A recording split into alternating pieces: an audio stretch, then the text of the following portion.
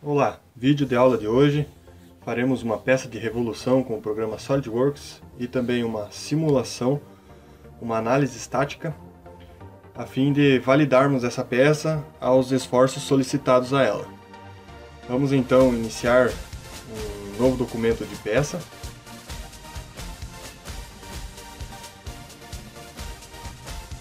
Criar um esboço no plano frontal.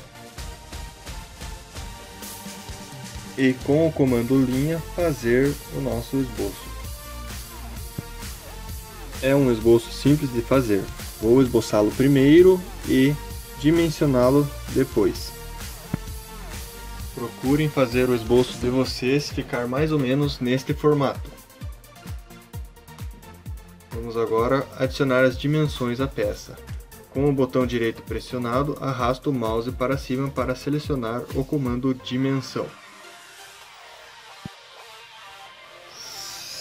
Seleciono a linha de centro, o topo da flange e arrasto abaixo da linha de centro para obter o diâmetro da flange. Vamos definir o comprimento da peça como 60 mm. Vamos definir o diâmetro externo do cubo como 33 mm. Vamos definir o diâmetro interno do cubo como 25 mm. E em seguida vamos aproveitar para alterar a dimensão externa do cubo de 33 para 40 mm. Vamos tornar estas duas linhas colineares e faremos também essas outras duas linhas colineares.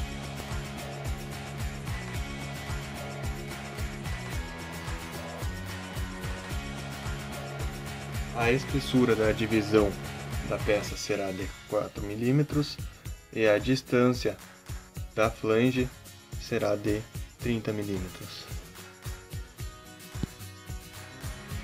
Não vejo necessidade de manter esta linha inclinada, vamos torná-la vertical a fim de simplificar o nosso modelo. Agora definiremos a espessura do topo da flange. Acredito que uma boa espessura seja de 5 mm.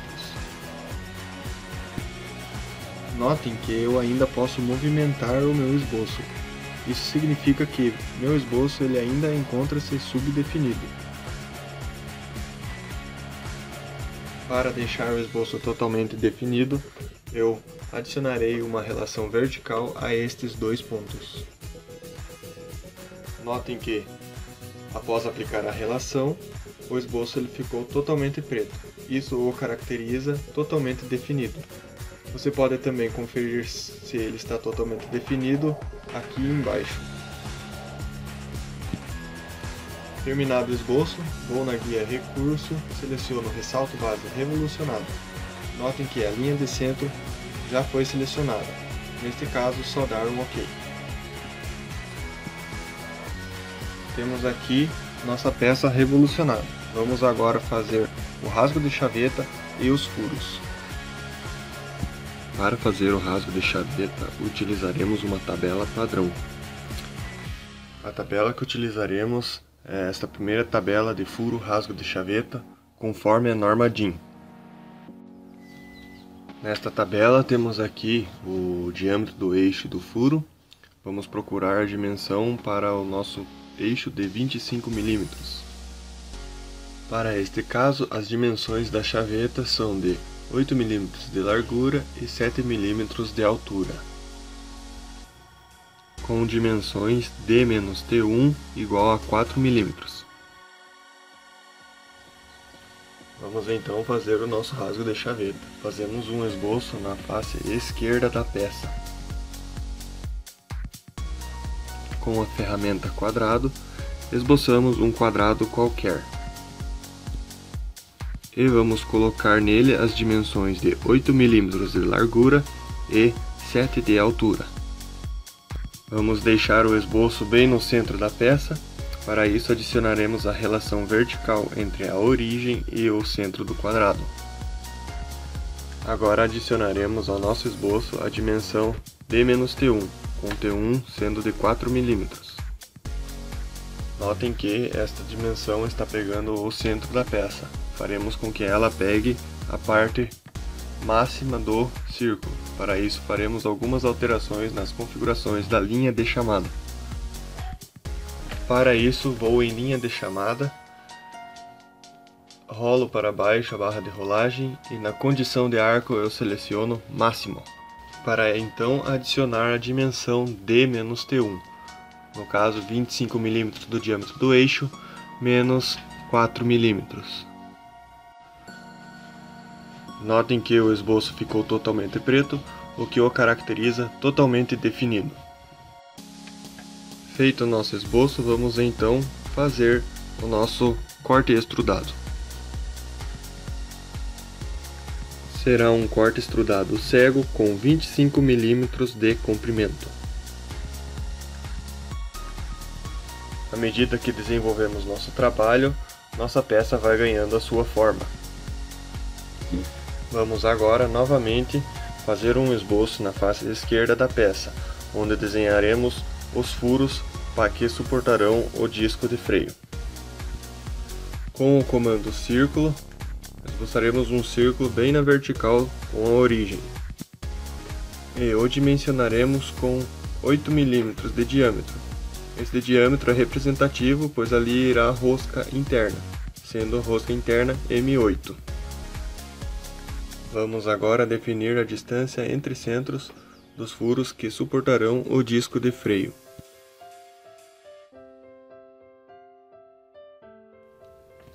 Nosso disco de freio ele tem distância entre centros de 86 mm. Faremos igual para a nossa flange do freio.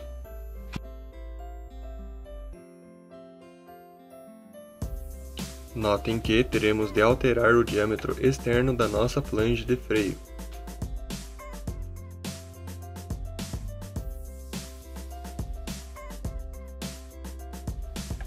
Faremos agora um padrão circular neste furo, com 6 instâncias. Clico OK e o nosso padrão circular será aplicado. Notem que o padrão circular ele se encontra em azul, o que caracteriza subdefinido. Quando ele se encontra em azul, eu posso movimentá-lo. Para isso adicionaremos a ele relações para que ele fique totalmente definido e que eu não possa movimentá-lo mais. Quando eu aplico o padrão circular, ele forma no centro do padrão um ponto. Este ponto eu o tornarei coincidente com a origem, ou o ponto do centro do furo. Feito isso, faremos um novo corte extrudado, com a direção até o próximo. Notem que ainda os furos não se encontram dentro da flange. Faremos novamente uma edição no diâmetro da flange. Alteraremos o valor do diâmetro da flange para 110 mm. Observem que todos os furos se encontram dentro da flange. E para finalizar a peça, vamos ainda adicionar um raio de acabamento num ponto de concentração de tensões. Para isso eu uso o recurso filete e defino um raio de filete de 0,3 mm. Este raio corresponde exatamente ao raio da ferramenta de acabamento. Finalizada nossa peça, vamos agora fazer a simulação da mesma para validá-la, a fim de que possamos saber se essa peça aguenta os esforços solicitados a ela. Terminada a nossa peça, vamos agora fazer a validação dela. Para isso vou na guia Simulation e nela vou criar um novo estudo. Será um estudo de análise estática. A primeira coisa a ser feita é definir um material à peça. O material a ser utilizado é o 1020, aço comumente utilizado nos processos de fabricação de peças e componentes. A segunda coisa a ser feita é fixar a peça. Vou inserir uma articulação fixa em todos os furos que suportarão o disco de freio. Depois de definidos os pontos de fixação, Vamos agora definir o torque que está atuando na peça. A parte onde se encontra a flange é onde vai conectada a saída da transmissão, e a parte oposta à flange é a parte que conecta a homocinética que transmite a potência para a roda. Vamos então definir primeiro o torque que passa para a roda. Para isso, selecionamos primeiro o furo. E em seguida precisamos selecionar uma outra referência para o torque da peça. Essa referência definirá o sentido em que se está atuando o torque. O torque calculado nesta condição da peça é de 210 Nm. Feito isso, eu confirmo esta condição. Na peça ainda temos um torque residual atuando sobre ela. Este torque residual, além de atrapalhar a frenagem, ele aumenta a solicitação da peça e se localiza na parte que a flange é conectada à transmissão. Este torque é convertido em força, e esta força é aplicada sobre a face da chaveta. Temos aqui então um torque residual aproximadamente a 20% do torque de operação do equipamento. Este torque será dividido pelo raio do eixo, para então obtermos a força que está atuando na face da chaveta. Neste caso, 320 newtons. Vamos então adicionar esta força ao nosso modelo que será simulado. Ao selecionar a face da chaveta, deve-se tomar o cuidado para qual face selecionar.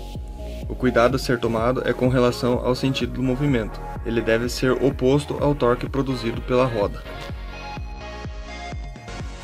Selecionada a face, definimos a magnitude dela, no caso 320 newtons.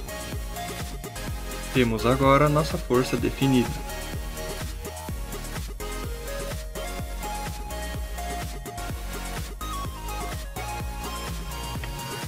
Vamos agora criar nossa malha. Temos a densidade de malha, vamos colocar recurso fino. E em parâmetros de malha, vamos selecionar malha mesclada com base em curvatura. E faremos o cálculo do tamanho mínimo dos elementos. Caso apareça esta mensagem, eu apenas a confirmo. Deixo um padrão de malha fino e confirmo. O programa ele já irá criar em seguida a malha. Feito isto, clico executar este estudo. Agora é só aguardar o programa mostrar seus resultados. O programa por padrão ele mostra a tensão de gomices, o deslocamento e a deformação do componente. Vamos melhorar a visualização a fim de obter melhores resultados. Para isso, clico com o botão direito na coluna colorida e clico em editar definição. Faço alteração na medida de Newton por metro quadrado para megapascal. E em forma deformada eu sempre deixo em escala real.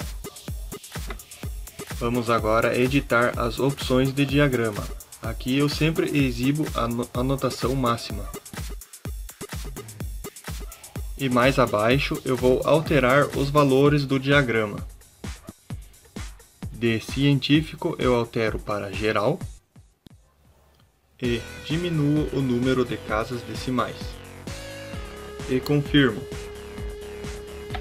Observando-se a peça, pode-se notar que para o esforço de frenagem ela suporta a carga.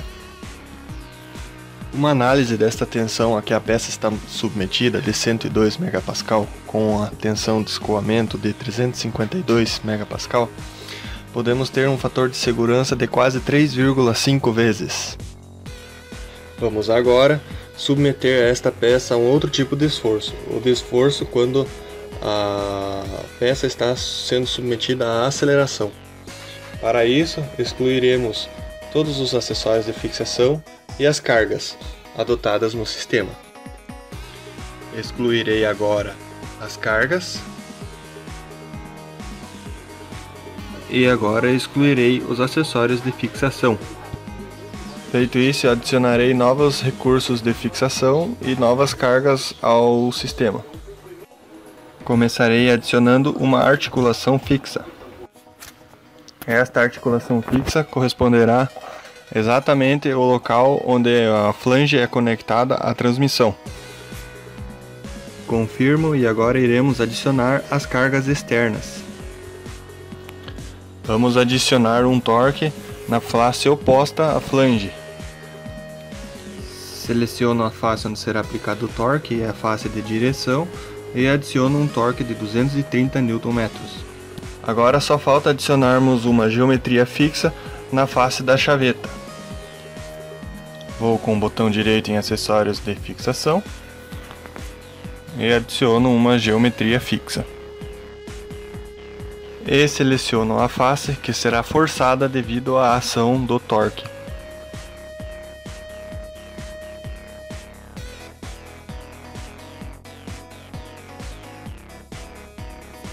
Feito isso, agora é só executar novamente os estudos para obtermos os resultados. Feita a análise, notem que a peça agora ela está sendo submetida a uma tensão de 168 MPa e que o limite de escoamento de 352 MPa. Isso aí vai corresponder a um fator de segurança um pouco maior que 2. Vamos agora definir a plotagem do fator de segurança. Avanço a primeira tela e a segunda tela também. Notem que o fator de segurança ele é um pouco maior que 2. Pego e confirmo a distribuição do fator de segurança.